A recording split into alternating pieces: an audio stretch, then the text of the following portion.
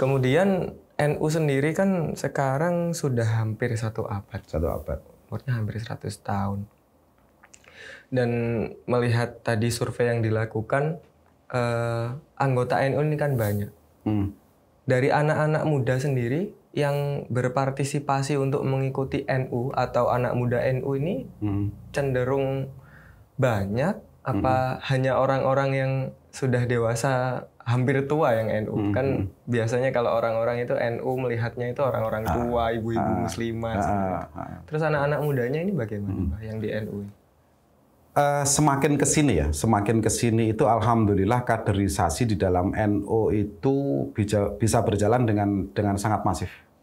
Jadi organisasi-organisasi pengkaderan yang ada di NU seperti Ansor, Fatayat, kemudian Ibnu IPP hari ini semakin digemari oleh anak-anak muda.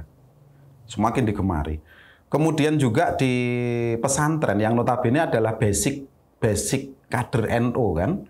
Di mana seperti saya katakan tadi bahwa embrio berdirinya NU itu adalah dari kalangan pesantren, kan?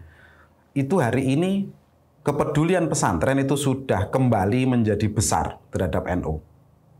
Ya kita bisa melihat Lirboyo sendirilah, Lirboyo sendiri, di mana hari ini Gawakis Lirboyo itu kan banyak yang berkecimpung di kepengurusan NU. Bahkan para masaihnya kita tahu sekarang Mbak Anwar menjadi Rois PBNU, kemudian Mustasyar PBNU, seperti itu. Yai Kafa menjadi wakil Rois, dan seterusnya. Gus Satok menjadi wakil Katib atau apa itu. Itu kan itu sudah luar biasa. Pondok-pondok yang lain seperti Peloso, itu keterlibatan para kiainya, para gawakisnya di NU kan sudah luar biasa. Maka kita sangat yakin ya, jangankan menjelang 100 tahun. 100 tahun ini. 100 tahun lagi nanti NU masih eksis. Selama pesantren masih terpelihara. Karena biasanya kan organisasi ketika sudah hampir 100 tahun ini goyah. Betul. Biasanya gitu. Betul. Melihat banyak organisasi di luar sana itu kalau sudah 1 abad 100 tahun ini pasti goyah. Ada kelemahan, ada pelemahan di beberapa. Ada reset factory-nya gitu. Iya. Nah, mengenai riset factory ini, di NU itu unik. Kita merasakan bahwa di akhir-akhir ini, di waktu kurang lebih 10 tahun terakhir ini menjelang 100 tahun Nahdlatul Ulama ini, semangat ke-NU-an dari warga NU itu seperti pulih. Seperti pulih kepada jamiah. Jika 10 tahun yang lalu atau sebelumnya, katakanlah ya 5 tahun yang lalu atau sebelumnya, banyak sekali warga NU itu yang kehilangan ruh ke-NU-annya. Jadi seakan-akan mereka itu bisa dikatakan NU-nya itu hanya tertera di Kartanu saja, tapi jiwanya enggak. Itu enggak, banyak sekali. Tapi alhamdulillah kurun waktu 10 tahun terakhir ini, 5-10 tahun terakhir ini semangat ke-NU-an itu seperti di-refresh gitu, seperti dikembalikan menjelang 1 abad ini. Menjelang 1 abad ini seperti ada kembali semangat, balik lagi seperti 1926 itu. Sempat saya kan sempat menjadi pengurus di tingkat kecamatan di MWC. Waktu itu saya merasakan bahwa warga NU ini hanya formalitas saja. Seakan-akan hanya formalitas saja. Di mana mereka ber-NU itu hanya tinggal amaliyahnya saja. Tapi semangat organisasinya nggak ada. Semangat organisasinya nggak ada, identitas ke-NU-annya itu hampir nggak ada. Mereka mengakui diri sebagai NU itu malu. Ya. Mereka memperlihatkan ke-NU-an dirinya itu nggak pede di mana-mana gitu. Ya. Tapi kita bisa melihat 5-10 tahun terakhir ini orang bangga menunjukkan ke-NU-annya. Kopiah sudah bertuliskan NU, itu kan bangga sekarang orang. Pakai baju NU, sarung yang ada NU, itu bangga sekarang. Orang sarungan itu sekarang udah menjadi umum kan. Dulu waktu saya masih pertama kali awal-awal pasca muktamar kemudian bisa berkhidmat di NU mulai dari pengurus MWC di tingkat kecamatan, itu cari orang yang mau menunjukkan dirinya sebagai NU, khidmah di NU secara baik itu sulit banget. Sulit banget. Orang yang mau berkorban untuk NU sulit banget. Tapi hari ini, Masya Allah, banyak sekali yang menawarkan diri dan komit. Untuk hari ini seperti itu. Berarti kaderisasinya berhasil nih? Alhamdulillah. Ya, alhamdulillah. Terus melihat kembali ke anak muda NU ini, dengan melihat kondisi anak muda NU yang seperti sekarang, yang kaderisasinya luar biasa, bahkan di segala lini ada.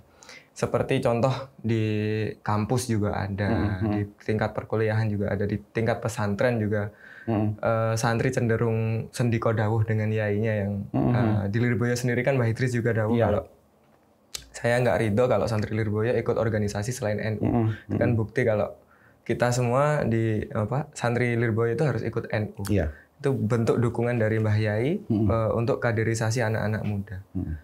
Nah, kemudian pertanyaannya sekarang, apakah anak-anak muda NU ini sudah benar-benar siap dengan organisasi NU, benar-benar siap meneruskan senior-senior mereka, melihat estafet kepemimpinan ini ya?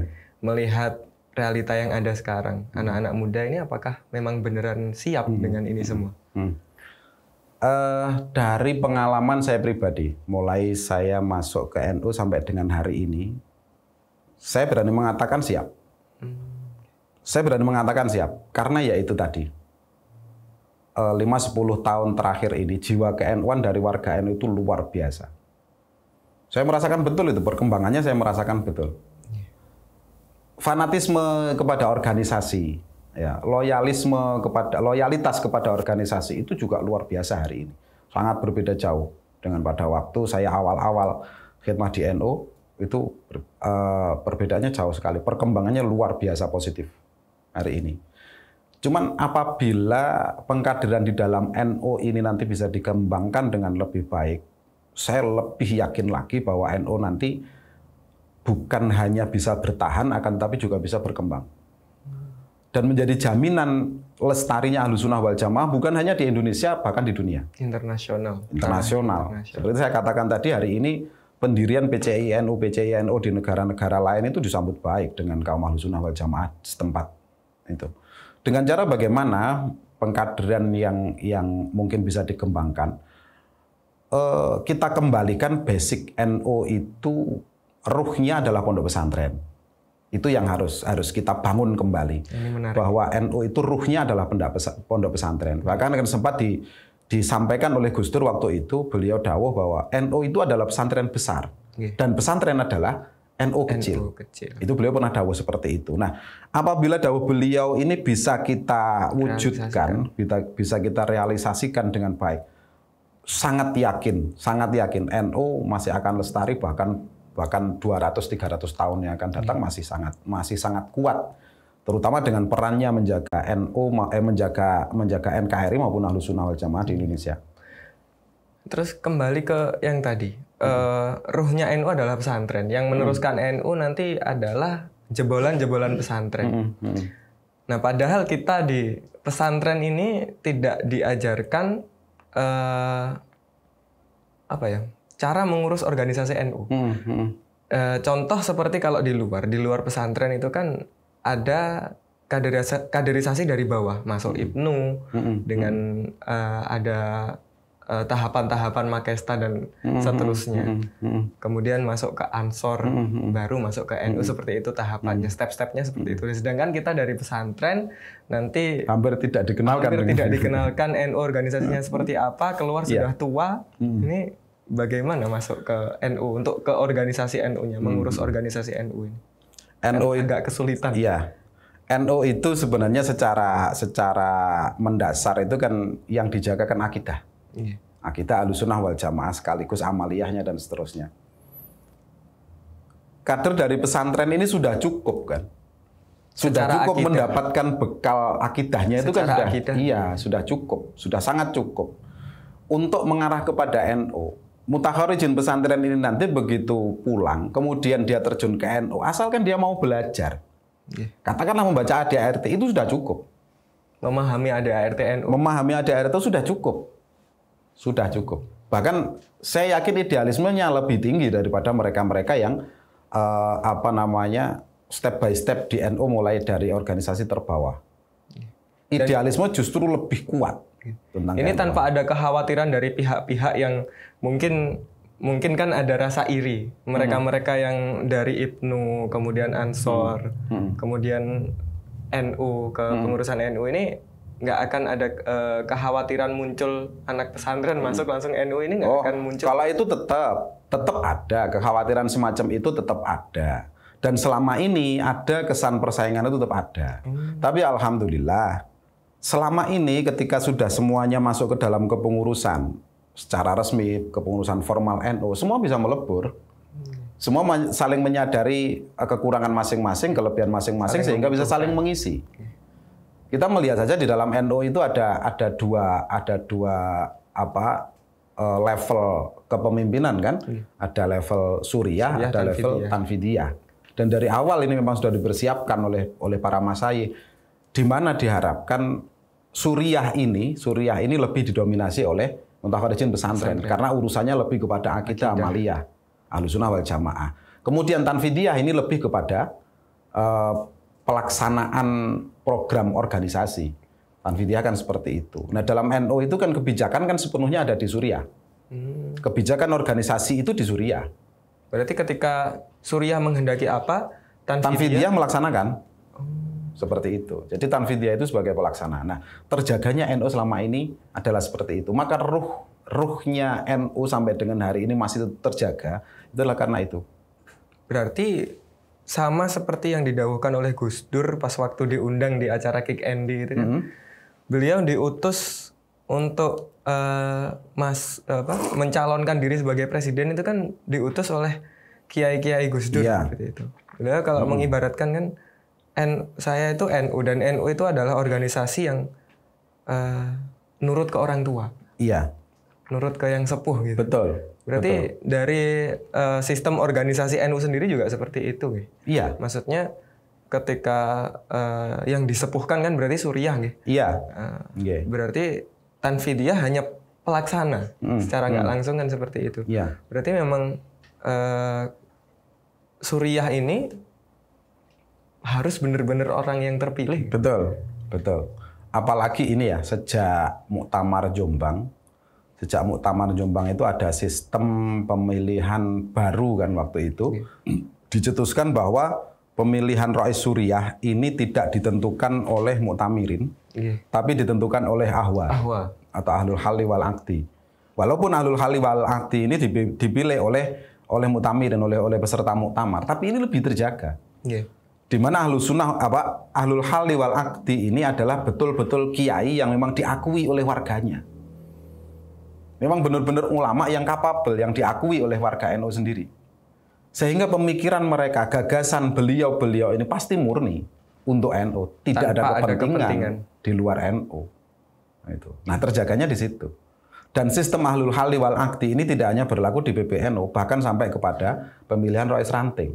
Sampai ke ranting, sampai ke bawah. Iya.